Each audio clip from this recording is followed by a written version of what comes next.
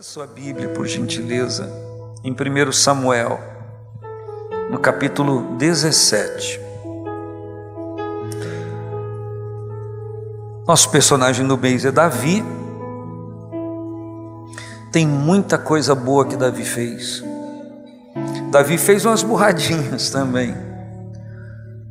Eu não ministrei de manhã, quem ministrou de manhã aqui na celebração da ceia foi o pastor Fábio, mas na introdução ao culto, logo após o louvor, eu falei um pouco sobre o propósito, só um pouquinho, bem curtinho, e eu estava mencionando aos irmãos o que repito agora, que a Bíblia, o Senhor, não esconde atitudes erradas das pessoas com as quais Ele interagiu. Quando não esconde, não está dizendo que aceita, nem que quis, nem que aprovou, porque há uma ideia no todo da Bíblia, mais ou menos baseada em vários versículos, mas um deles é: tudo que dantes foi escrito, para o nosso proveito foi escrito, para que pela paciência das Escrituras tenhamos esperança. Então, a Bíblia diz em Hebreus que Deus falou aos pais antigamente de muitas formas pelos profetas, muitas vezes de várias formas. Deus continua falando. Quando o escritor aos Hebreus escreveu isso, ele diz que falou-nos pelo Filho, porque ele estava se reportando ao episódio, ao evento do Messias que havia se encarnado, recebeu o nome de Jesus e deu a sua vida por nós. E isso já tem quase 2000 anos, essa escritura de Hebreus. Então a gente pode muito bem concluí-la da seguinte forma: nesses últimos dias tem nos falado pelo seu Espírito, tem nos falado por sua palavra e tem também falado pela comunhão da igreja, tem falado pela igreja, sim ou não, meus irmãos? Isso. 1 Samuel capítulo 17, quem achou? Amém. Está escrito assim, a partir do versículo 32.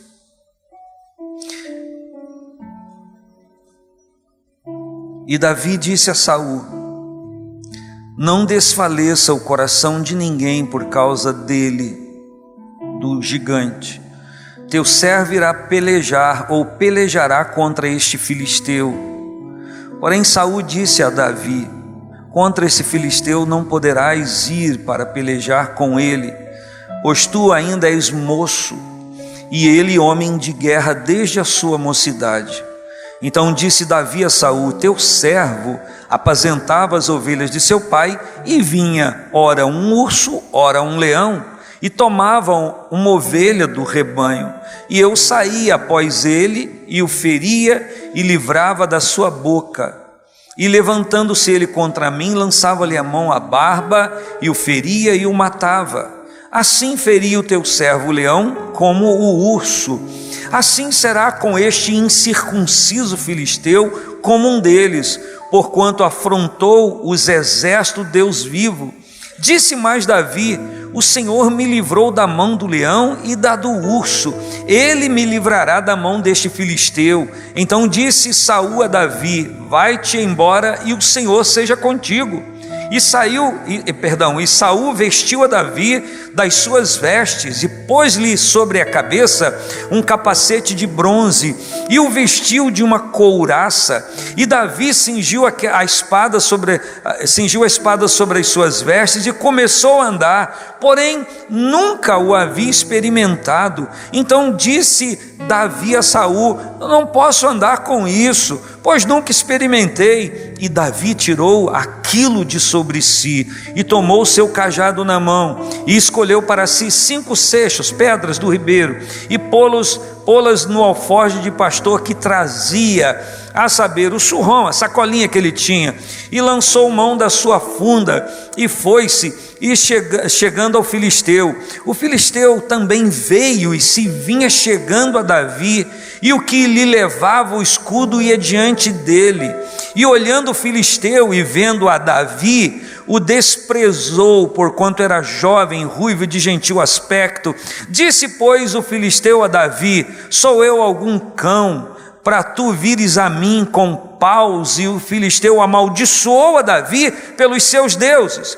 Disse mais o filisteu a Davi: vem a mim, te darei a tua carne, as aves do céu e as bestas do campo. Davi, porém, disse ao filisteu: tu vens a mim com espada, com lança, com escudo, porém eu vou a ti em nome do Senhor dos exércitos, Deus dos exércitos de Israel, a quem tens afrontado. Hoje mesmo o Senhor te entregará na minha mão, ferir-te-ei, tirarei a sua cabeça e os corpos do arraial dos filisteus darei hoje mesmo às aves do céu e às bestas da terra, e toda a terra saberá que há Deus em Israel, e saberá toda esta congregação que o Senhor salva, não com espada, nem com lança, porque do Senhor é a guerra, e Ele vos entregará na nossa mão. E sucedeu que, levantando os filisteus e indo encontrar-se com Davi, apressou-se Davi e correu ao combate, a encontrar-se com o filisteu. E Davi meteu a mão no alforje, tomou dali uma das pedras, e com a funda lhe atirou, e feriu o filisteu na testa, e a pedra lhe cravou na testa, e caiu sobre o seu rosto em terra. Assim Davi prevaleceu contra o filisteu com uma funda e com uma pedra, e feriu o filisteu e o matou, sem que Davi tivesse uma espada na mão. Pelo que correu Davi, pôs-se em pé sobre o filisteu, tomou a espada dele, tirou-a da bainha e matou-lhe, lhe cortou com ela a cabeça. Vendo então os filisteus que o seu campeão era morto, fugiram. Quem diz amém a palavra? Querido Pai, obrigado por estar junto aos meus irmãos nesse momento, para te cultuar, para te celebrar, para juntos adorarmos ao Senhor. E o Senhor está nos trazendo, Deus, coragem, determinação, desde o início, desde a primeira oração, do primeiro louvor. O Senhor está nos trazendo consciência que estamos vivendo numa guerra, mas o Senhor é aquele que peleja por nós, aquele que luta por nós, e a nossa fé, a nossa confiança está, Senhor, aumentando, e nós vamos sair daqui hoje animados, Senhor, compreendendo que estamos armados com a armadura da luz, com a armadura de Deus, a vencer todos os desafios, glorificando o nome do Senhor, para que o teu nome seja exaltado. Senhor, completa a tua obra hoje, o teu propósito, não só nas pessoas que estão aqui, mas naquelas que estão em casa agora também celebrando ao Senhor. Oh Deus, pelo número que está aqui, imaginamos que tem também um grande número em casa celebrando ao Senhor, outras pessoas também, meu Pai, que estarão celebrando ao Senhor neste culto, com este culto ao Senhor, em outro horário ainda deste dia, em outros dias desta semana e mês. Pai, que a tua glória, que o teu poder seja ministrado a nós, Senhor, e que tenhamos discernimento, entendimento, sabedoria para batalhar ao bom combate da fé e vencermos pelo poder de Deus que opera em nós. Quem concorda, diga amém. Então, Davi quer dizer amado, é a tradução do seu nome. E Davi, meus queridos irmãos, se você puder ficar com a sua Bíblia aberta, para a gente folhear um pouquinho. Davi aparece na história, na Bíblia, aqui no capítulo 16, mais apropriadamente, porque Davi aparece quando o rei de Israel está vivendo sua crise de fé, sua crise de relacionamento com Deus. Ele está em plena desobediência ao Senhor, e o Saul não está correspondendo ao propósito para o qual ele estava no trono, o primeiro rei de Israel. Então a Bíblia diz que o próprio Samuel disse a Saul: olha, o seu reino acabou e Deus já tem alguém melhor do que você, Deus já tem o seu escolhido. E a história bíblica nos ensina, nos aponta que Samuel, ele teve de usar um artifício de celebração para chegar até a casa de Jessé. O Senhor lhe disse o que ele deveria fazer, mas ele, por conta de, se Saul soubesse o que ele fora fazer lá, por conta da circunstância que Saul estava vivendo naquele momento, o Samuel temeu por sua própria vida, porque o rei estava vivendo um período de descontrole, não físico, não emocional, mas um descontrole espiritual. Ele perdeu o propósito do seu chamado, ele perdeu a razão de ser. E a gente aprende uma coisa, que quando Deus nos chama para alguma coisa e a gente começa a corresponder, Deus vai investindo na nossa vida, vai nos municiando. Mas quando a gente perde o propósito, Deus simplesmente não vai nos municiando, porque a gente perdeu o propósito da verdadeira adoração, da verdadeira celebração. O Saul chegou ao cúmulo de, em um momento, porquanto Samuel demorou a chegar para estar oferecendo celebração ao Senhor de sacrifício, ele se apavorou, ele se precipitou, e ele mesmo fez aquilo que o profeta tinha que fazer. E o Samuel então disse que Deus estava reprovando a ele como rei, e que colocaria uma outra pessoa no lugar dele. É claro que o Saul, a partir desse momento e dessa fala, começou a se despertar para quem será. E se ele soubesse o que Samuel fora fazer na casa de Jessé, por certo isso iria dar um problema muito grande para ele. Então Davi aparece num momento em que estava esquecido.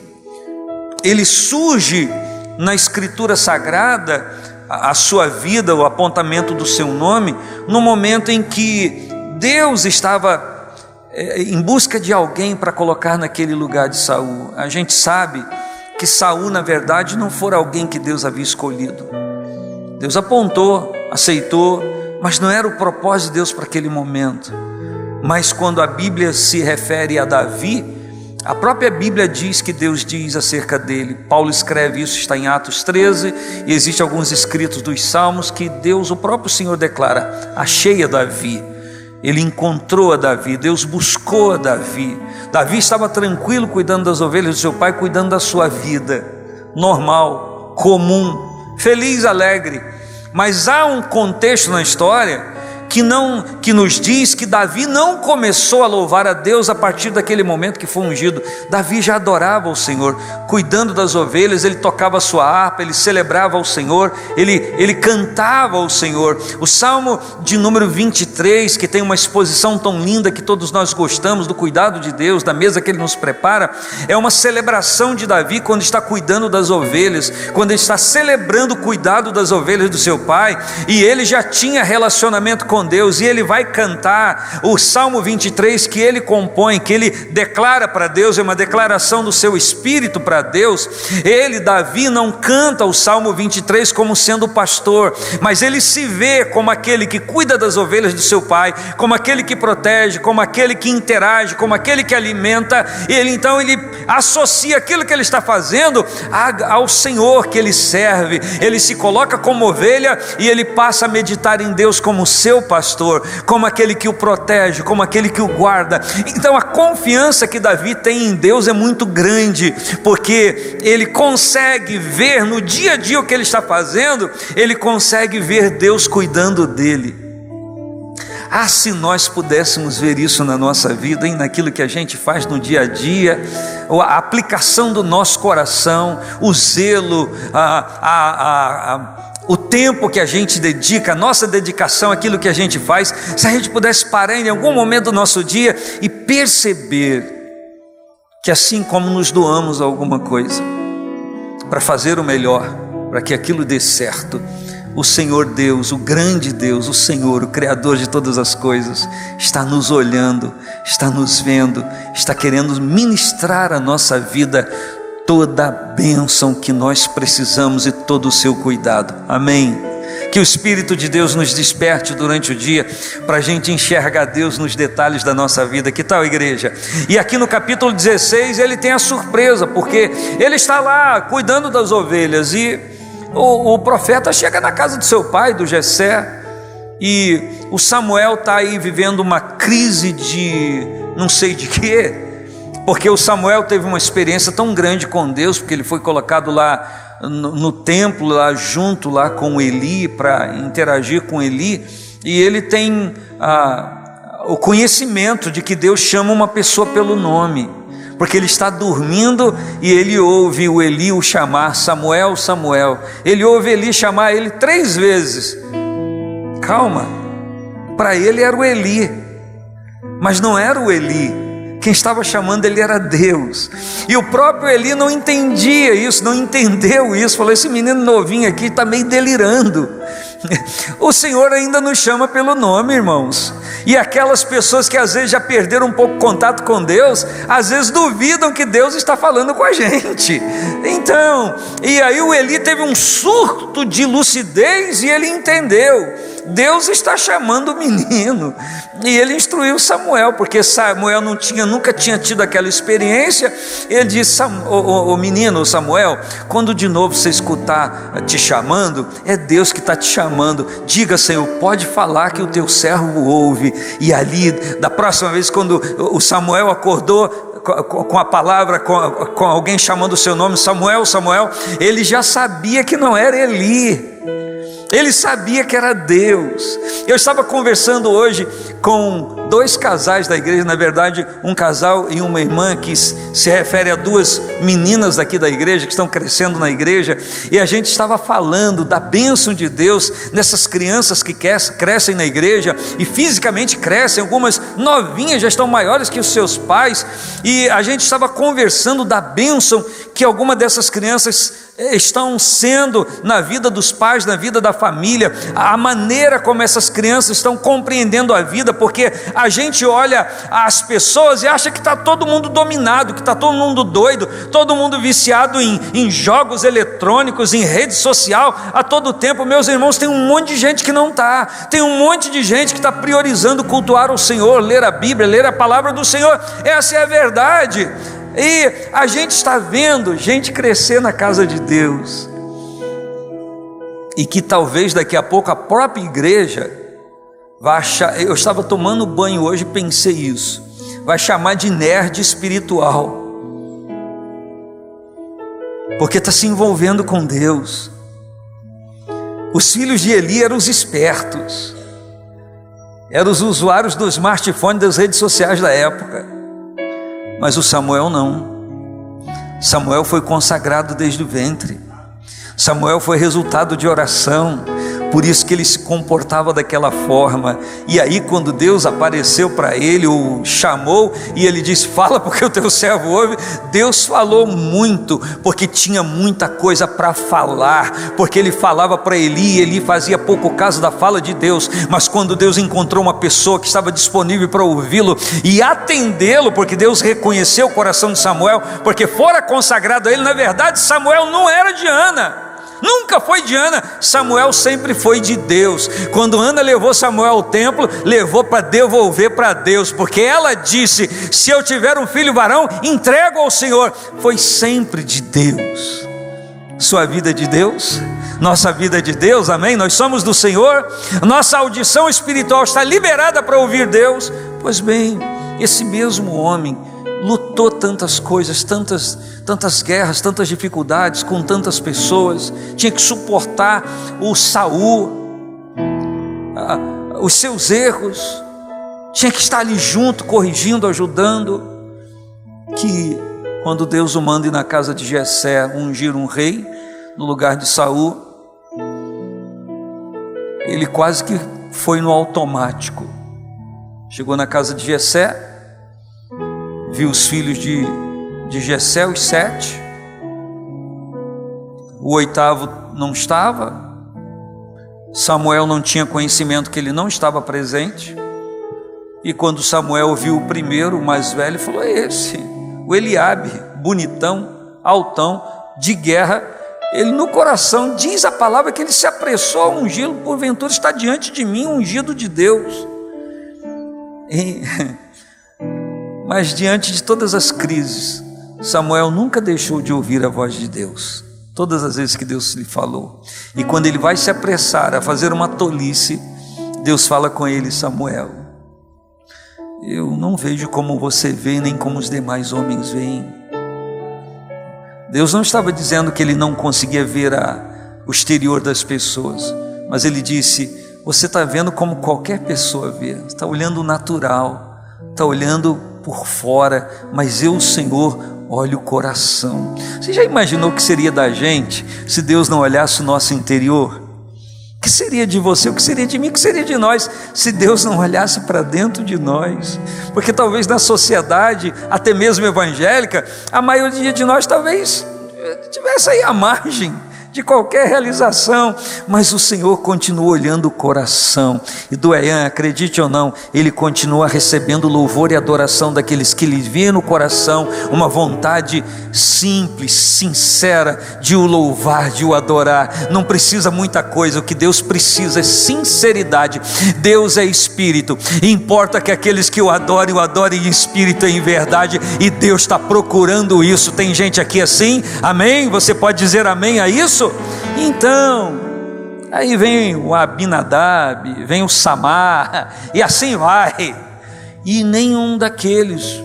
Aí Samuel se controlou, porque ele estava ali meio num aperto, porque se alguém soubesse o que ele estava fazendo ali e dedurasse para Saul, ia ser um problema. E a Bíblia diz que passaram os 7, e está o Samuel com um chifre de carneiro na mão, cheio de azeite para ungir o rei. O que deve ter passado pela cabeça dele? Eu acho que eu não entendi direito a voz de Deus, eu acho que eu estou no lugar errado. Mas aí, ao invés de pensar isso, ou de agir como assim, ele perguntou a Jessé: os teus filhos acabaram? Não tem mais ninguém?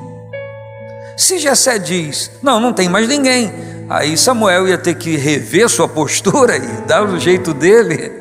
Mas ele disse: não. O Jessé disse: não, tem o mais novo. E queira alguém advogar a causa de Jessé, não tem como advogar. O próprio pai esqueceu de Davi, os próprios irmãos esqueceram de Davi, o profeta não sabia da existência dele. Mas uma verdade que eu quero lhe dizer: muito embora Davi não houvesse aparecido na história ainda, muito embora o seu pai não fez caso dele e os seus irmãos, havia alguém que antes de mandar Samuel na casa de Jessé, já tinha visto Davi e já o conhecia. Deus conhece você. Você pode parecer fazer a coisa mais insignificante para Ele, você pode, como alguns gostam de dizer, e como algumas canções dizem, o menor da casa. Nada disso importa. O que importa é a sua postura diante de Deus, é a sua postura de adoração, é a sua postura de celebração ao Senhor. Você pode ser negligenciado por pessoas, eu mesmo na minha fragilidade posso não enxergar você, ou qualquer outro, qualquer irmão, qualquer líder de setor, mas o que importa é que o Senhor, aquele para quem é o louvor, para quem é adoração, para quem é a celebração, está te vendo, está te contemplando, e o seu louvor está subindo direto à presença dEle. E na hora que Ele quiser fazer o que quer fazer na sua vida, Ele vai fazer, não obstante você ser conhecido, apreciado, desejado, querido, bajulado. Deus vai fazer em você e na sua vida aquilo que é propósito dEle. Sabe quem vai impedir? Ninguém. Só você pode impedir isso, mas você também não quer. Você quer que Deus cumpra a obra dele na sua vida? Quer ou não quer? Quem quer, levanta a mão e diga glória a Deus. Eu estava ontem na igreja de Conselheiro Paulino, pregando lá num congresso de jovens, aquela igreja super lotada de jovens, tudo com a minha camisa, uma coisa linda. Me chamaram para falar sobre chamado, e quase que eu decepcionei eles. Falei: vocês escolheram a pessoa errada para falar sobre... Eu não falei escolher a pessoa errada, eu falei: talvez eu seja aqui o que menos saiba sobre chamado, para contar detalhes para vocês. Mas uma coisa eu quero falar para você: a gente não precisa ficar levantando a mão para Deus. Deus conhece o nosso coração, e o interessante é que Ele é eterno, e que Ele tem o conhecimento de todas as coisas antes de acontecerem. Ele sabe de tudo ao nosso respeito. O que a gente precisa para agradar a Deus? Simplesmente ser a gente mesmo, com toda simplicidade, e continuar celebrando a bênção dele na nossa vida. Do anonimato, esse homem cresceu, e a gente vai ter todo o mês de julho para conhecer essa história o mais detalhado que a gente puder, a maneira que a gente se aplicar. Mas você sabia que teve um dia que Deus teve que chegar para Davi e falar: Davi, eu quero conversar com você. Pois não, Deus? Davi já estava experiente no reinado, já tinha conquistado um monte de coisa. Deus chegou para Davi e falou: Davi, eu quero te lembrar de uma coisa. Pois não, Deus? Pode falar, pode falar. Eu quero te lembrar de onde eu te tirei. Eu te tirei de trás das malhadas. Você parece que está agindo como não conhece de onde eu te tirei. da onde eu te encontrei, da onde eu te encontrava, da onde eu recebi o teu louvor, da onde eu recebi a sua adoração. E naquele momento que Deus aparece para Davi, ele estava sentado no seu trono, ele estava reinando, mas não era o mesmo Davi que estava prostrado diante do Senhor, porque lhe subiu a cabeça a fama, lhe subiu a cabeça a riqueza, ele se descontrolou de si próprio. As próprias bênçãos de Deus e as conquistas do Senhor na vida dele fez com que ele perdesse o controle, não as bênçãos, mas ele se descontrolou com êxito.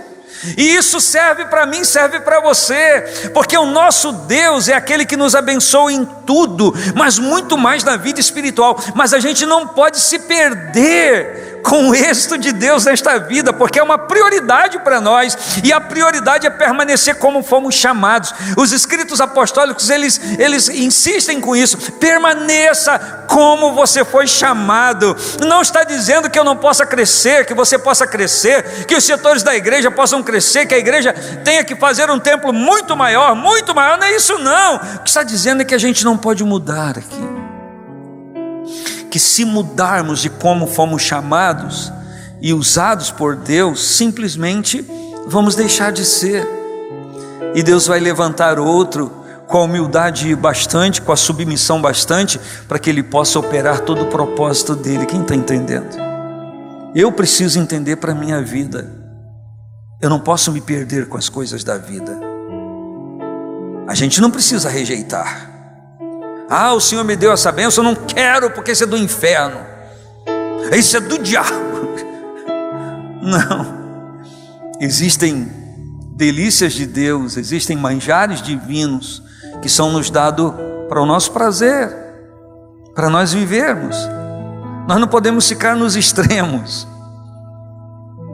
Como é que é o nome daqueles caras que vão para o interior, no meio da floresta, ermitão, aqueles caras que se exilam, ficaram lá só em oração cantando, só se for para os bichos. Deus quer a gente no meio das pessoas, para declarar-lhes com grandes coisas nos fez o Senhor, para que elas igualmente sejam transformadas pelo poder de Deus. E essas grandes coisas é nos tirar do charco de lodo, pôr os nossos pés sobre uma rocha e nos dar confiança da salvação e viver pensando na eternidade junto com Jesus. Quem pode dar glória a Deus por isso? Pois bem, esse homem aparece na história dessa forma, e quando ele é ungido no meio dos seus irmãos, o texto diz, esse assunto talvez eu fale com ele na escola de obreiros na última segunda-feira do mês, se for eu que vá falar. Então eu não quero mais continuar nesse assunto, mas a Bíblia diz que ele foi ungido no meio dos seus irmãos, e a partir do momento que ele foi ungido pelo Samuel, a Bíblia diz claramente, o Espírito de Deus se apossou de Davi, encheu, completou, envolveu toda a sua vida.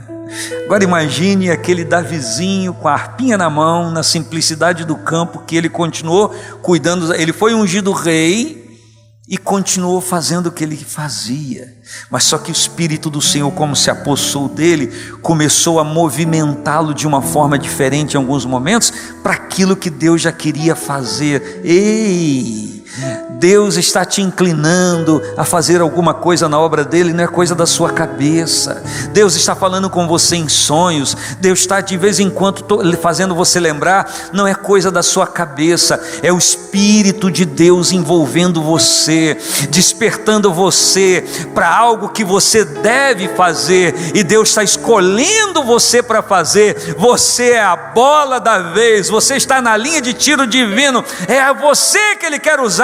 Então desperte-se para as revelações de Deus, que Ele vai falar com você da maneira como você pode entender. Existe tanta particularidade nesse relacionamento com Deus, que existem algumas pessoas que, quando Deus fala com elas ou com ela, sabe que é Deus falando por uma reação que acontece no seu próprio ser. Existe muita gente querendo copiar os outros em alguns negócios, mas quando o Espírito de Deus fala com uma pessoa, há particularidades de sinalização que é Deus quem está falando, que não é para ser copiado por ninguém, que é coisa de foro íntimo, é coisa de relacionamento com Deus. Eu acredito que quando Deus fala com a gente, coisas acontecem na nossa vida espiritual que são movidas no nosso emocional, nos nossos sentimentos, mas também no nosso corpo. Existem particularidades que são individuais, são íntimas de cada pessoa e não deve ser falado para ninguém. Ou seja, Deus fala com você, opera na sua vida, você sabe por consciência espiritual que é Deus falando, mas comprova por algumas coisas que você sempre sente. Olha, quando eu sinto isso, eu sei que Deus está me despertando, Deus está falando comigo. Isso não é loucura não, isso não é esquisitice não, isso é comprovação que Deus traz na nossa vida, que Ele está interagindo com a gente. O nosso problema, o meu e seu, é sairmos da simplicidade que é em Cristo. A obra de Deus é muito simples, as coisas de Deus são muito simples, e com certeza nenhum de nós nunca vai se decepcionar com Deus nem com o céu, porque a nossa mente vai ser transformada. O João disse que lá tem muros que parecem ser de cristal e rua que parece de ouro. Vá que a gente chegue lá, não é tanto assim. Poxa, é de bronze, não quero. Ah, falou que é de cristal, é de vidro. Isso aí nem blindex é aí, Jonathan. Nem blindex é. Quero não. Você nunca vai se decepcionar com Deus, porque Deus nunca vai decepcionar você. Você nunca vai se decepcionar com Deus, porque Deus nunca vai decepcionar você. Ah, se decepcionou, você criou algo na sua mente, você formatou algo dentro de você que Deus nunca fez, Deus nunca falou, Deus nunca se comprometeu com aquilo. Mas o profeta disse, então vai lá e cobra dele, vai lá e cobra do profeta. Mas a Bíblia diz então que o Espírito de Deus se apodera de Davi, mas aí acontece um problema, ele sai de Saul, porque aquela unção era para reinar, e aí então a loucura de Saul aumenta, porque mesmo fazendo algumas coisas, mas o Espírito de Deus ainda operava nele, ele ainda tinha um certo controle espiritual, mas depois que isso acontece foi um desastre. E eu estou falando muito e não estou voltando à história, eu entendi, vocês olhando para mim, tudo bem. Mas o que acontece? Davi então tem 3 irmãos que são alistados para a guerra contra os filisteus: o Eliabe, o Abinadab e o Samar. São os 3 irmãos mais velhos. E não adianta também defender a causa de Jessé, porque quem cuidava das ovelhas da família era um servo da casa ou filho de menor apreço. Isso é história. Você briga com quem escreveu sobre isso, mas um monte de gente fala sobre isso. E na verdade o Davi estava lá cuidando e era desprezado. Tanto é verdade que quando ele chega no campo de guerra, de batalha, que ele se apresenta ao seu irmão, o seu irmão diz para ele, o Eliabe, eu acho que o Eliabe estava com um pouquinho de dor do cotovelo, de ciúme, porque a Bíblia diz que Davi foi ungido no meio de seus irmãos. Eu acho que eles estavam meio com raivinha de Davi, porque a prioridade era deles, eles foram passados primeiro, e Deus disse, não, esse. Acho que eles ficaram meio zangadinhos. Como é que pode esse irmãozinho aí, ó, que faz uma coisa insignificante? Às vezes as coisas insignificantes que nós fazemos aos olhos dos homens têm grande significado diante de Deus. Quem trabalha em alguma coisa na obra de Deus, se for se guiar pelo respaldo, pelo feedback de algumas pessoas, vai deixar de fazer, vai se amargurar, porque às vezes aparecem algumas pessoas com o espírito de Eliabe, que disse a Davi, o que você está fazendo aqui, rapaz? Você era para estar cuidando daquelas poucas ovelhas do teu pai.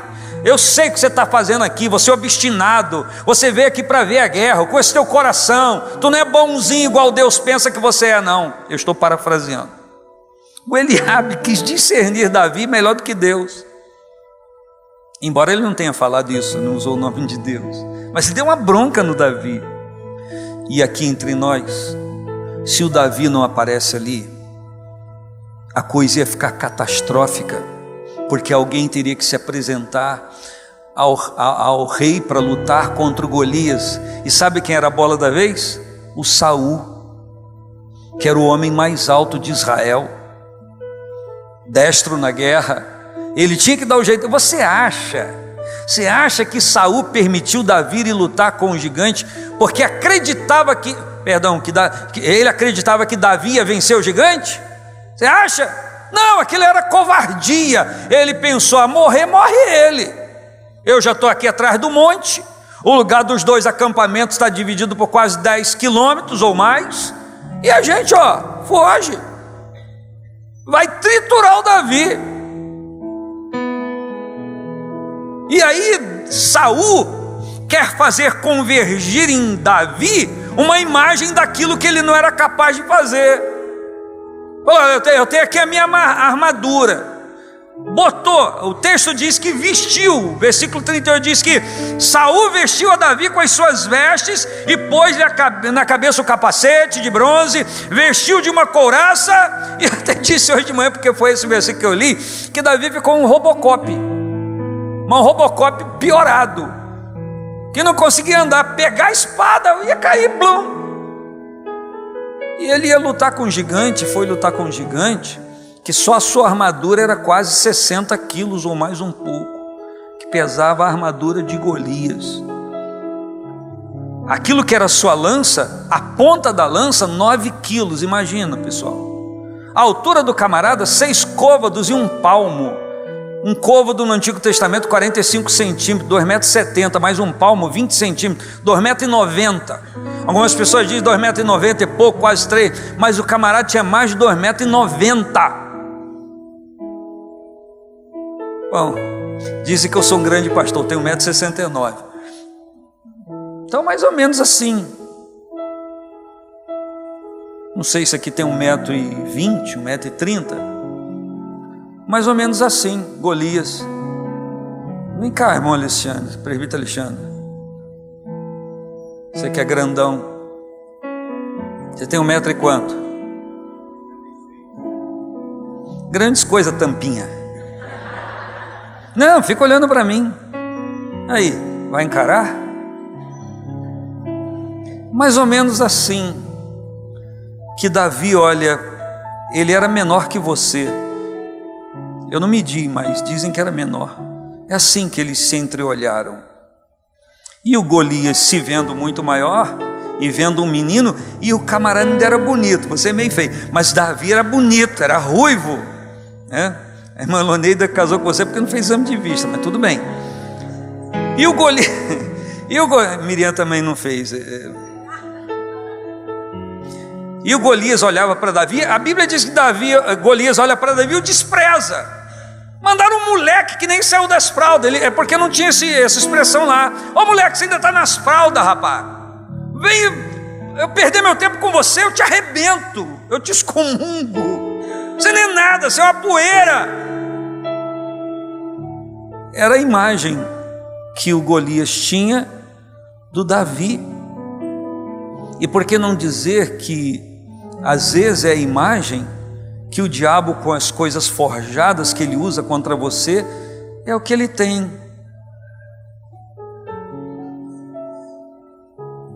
E Davi olha para o Golias, mas ele não se comporta como os espias que foram espiar Canaã, que viram os moradores da terra como gigantes, e eles aos seus olhos eram como gafanhotos, e eles viam gigantes tão grandes que eles também se achavam gafanhotos. Davi tinha consciência da sua altura, não era doido. Eu acordei doido hoje, eu tenho 5 metros. Não, ele sabia da sua estatura, ele sabia da sua capacidade. Tanto ele sabia da sua capacidade que desprezou a armadura de Saul. Eu vou lutar com isso para quê? Se eu não consigo me mover, ele vai chegar e me acaba comigo. E Davi deve ter orado, porque tinha relacionamento com Deus, e ele preferiu lutar com as armas que ele costumeiramente lutava, contra leão, contra urso. O Saul diz assim: você não pode lutar contra ele, você nunca usou você não é experimentado na guerra. E Davi disse: olha, eu nunca experimentei isso. Então ele nunca tinha servido daquilo, mas um relampejo assim, ele falou: eu vou usar as armas que eu uso para espantar o leão, para espantar o urso, porque ele disse para Saul: assim como Deus me livrou do leão e do urso, vai me livrar desse incircunciso filisteu.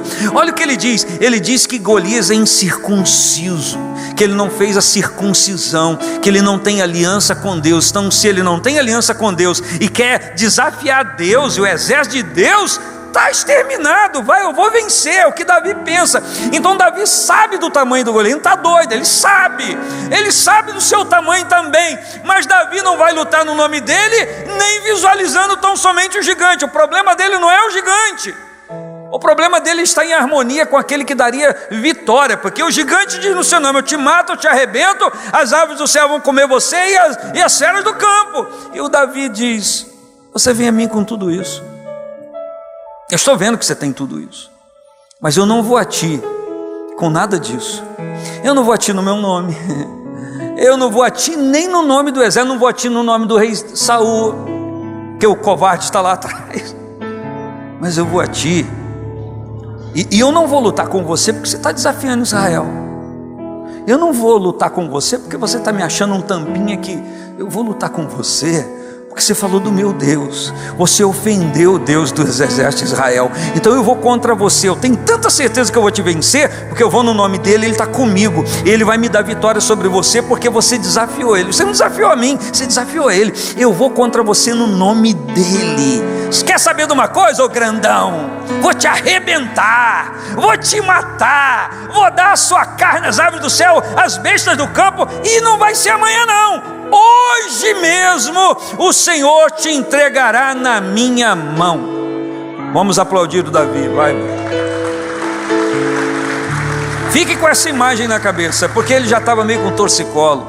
Eu queria fazê-lo ficar ali até o final, não para ele me dar uma pedrada, mas pense comigo,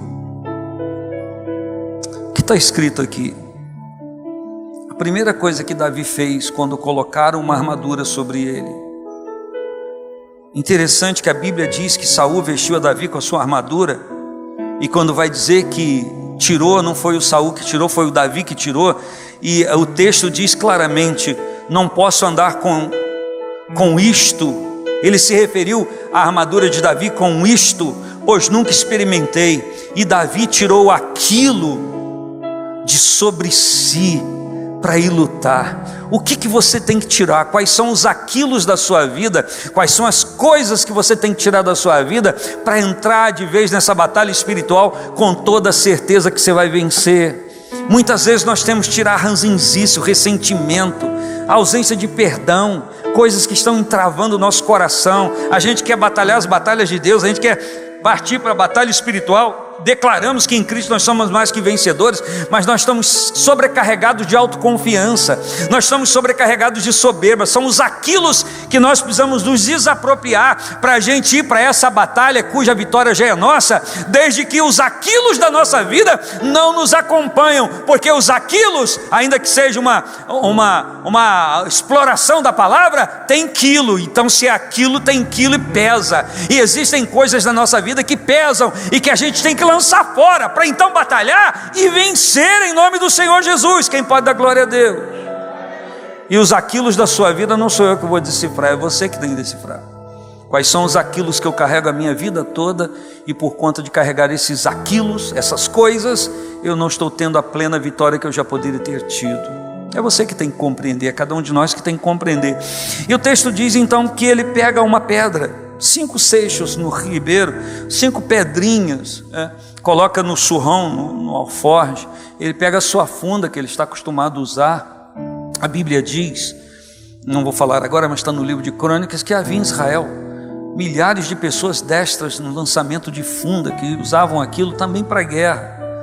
E Davi era destro, porque ele treinava aquilo no ofício dele de cada dia. Escute, Deus quer adestrar as suas mãos naquilo que você faz no dia a dia, para ser um grande guerreiro espiritual, uma grande guerreira espiritual. Você não precisa se aventurar em nada, é só não negligenciar os desafios que vem a você e prevalecer em nome do Senhor Jesus. Deus vai te treinar, Deus está nos treinando, Deus está treinando a igreja para vencer períodos difíceis que vêm por aí, porque as portas do inferno jamais resistirão à caminhada da igreja. Alguém pode dizer amém ao Senhor?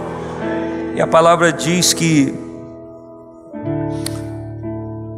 o filisteu, o versículo 41, filisteu que também veio e se vinha chegando a Davi, olha o que está escrito aqui: e o que levava o seu escudo ia diante dele. Ou seja, além do camarada ser forte, além de ser grandão, além de ser tupetudo, além de ser soberbo, além de ser um coió, uma anta, um desaforado, ele ainda tinha gente para carregar o escudo dele. Eu quero concluir falando com você sobre isso aqui para a gente orar. Golias, não obstante o fato de ser grande e forte, destro na guerra, tinha um escudo e precisava carregar o seu escudo. Agora olhe o que Davi diz acerca de Deus. Salmo 18:30, Davi declara: o Senhor é um escudo para os que nele confiam. Olha o que ele segue dizendo no Salmo 25: o Senhor é o meu escudo e a minha força. Sabe o que Davi está dizendo? O Golias tem que carregar o escudo dele. Quem me carrega é o meu escudo me carrega, é o meu escudo que me protege, é o meu escudo que me leva, é o meu escudo que me traz. Qual era o nome do escudo dele? Deus, o Deus em quem ele confiava, em quem ele servia. Provérbios diz que o Senhor é um escudo para os que caminham na sinceridade. O Salmo de número 3, versículos 2 e 3 diz que muitos dizem da minha alma, olha o que Davi diz: não há solução para ele em Deus, mas tu, Senhor, és um escudo para mim, minha glória e o que exalta a minha cabeça. Uma pessoa que confia assim em Deus, ele não depende de prerrogativas humanas para ter confiança e certeza que vai vencer naquilo que é mérito para a glória de Deus. O problema nosso é que às vezes a gente luta algumas batalhas e mostra a cara para algumas pelejas, mas muitas vezes Deus não está envolvido nisso. E quando Golias faz um desafio, e quando havia as guerras daquela época, a deidade que era cultuada na nação era erguida como aquela que deu vitória àqueles que a cultuavam. E se os filisteus vencem, eles iam celebrar os seus deuses e dizer que os seus deuses venceram. E o propósito aqui era exterminar a Israel, era acabar com Israel. Só que Israel existia não por si próprio. Israel existia porque Israel era um propósito de Deus, é um propósito de Deus, porque tinha algumas coisas importantíssimas para acontecer dentro de Israel e na genealogia dessas pessoas, para que o Messias se manifestasse segundo a profecia, para operar no mundo todo uma tão grande salvação que apareceu para mim e para você. Então essa coisa não é casual. Os gigantes que surgem na vida, que surgiu para desafiar Israel, não era tão somente para destruir Israel, era para tentar invalidar, era uma guerra espiritual para tentar invalidar um projeto de Deus que ele prometera a Abraão. Mas Deus, quando promete algo a alguém e essa pessoa corresponde àquilo que ele aliançou, o Senhor de toda a terra caminha junto. Deus caminha junto com você, Deus caminha junto comigo todo o tempo que a gente corresponde ao propósito dele. Eu quero lhe dizer, eu quero lhe afiançar que se o seu coração está do mesmo jeito de quando Deus lhe chamou e você entendeu o chamado de Deus, Deus está caminhando com você. E se as coisas não aconteceram, pode ser por alguns detalhes, mas elas vão acontecer, porque o Senhor é o nosso escudo, o Senhor é o que nos defende, o Senhor é o que peleja por nós. E nós estamos guerreando as nossas guerras, mas as nossas guerras têm muito a ver com a glorificação ao nome do Senhor, com a exaltação ao nome do Senhor, porque o propósito que está implantado dentro de nós é adorar o Senhor com tudo que há em nós. Você pode celebrar o Senhor enquanto o grupo de louvor volta aqui para nós cantarmos uma canção ao Senhor. Eu peço a você que fique de pé em nome do Senhor Jesus.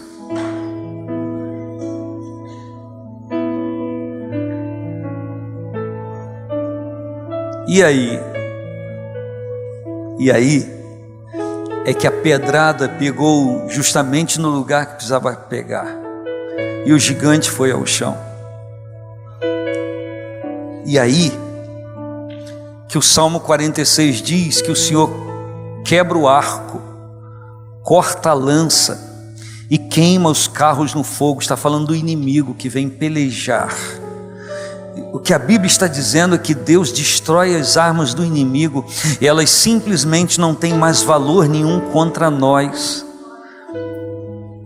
porque o Senhor é quem luta por nós. A palavra diz que nenhuma ferramenta preparada contra nós prevalecerá. Nós a condenaremos, nós a subjugaremos a nada, sem efeito na nossa vida. Mas quando é que isso vai acontecer, meus amados irmãos? Vai acontecer sempre que nós mantivemos a nossa comunhão com o Senhor. Qual o meu desafio, qual o seu desafio?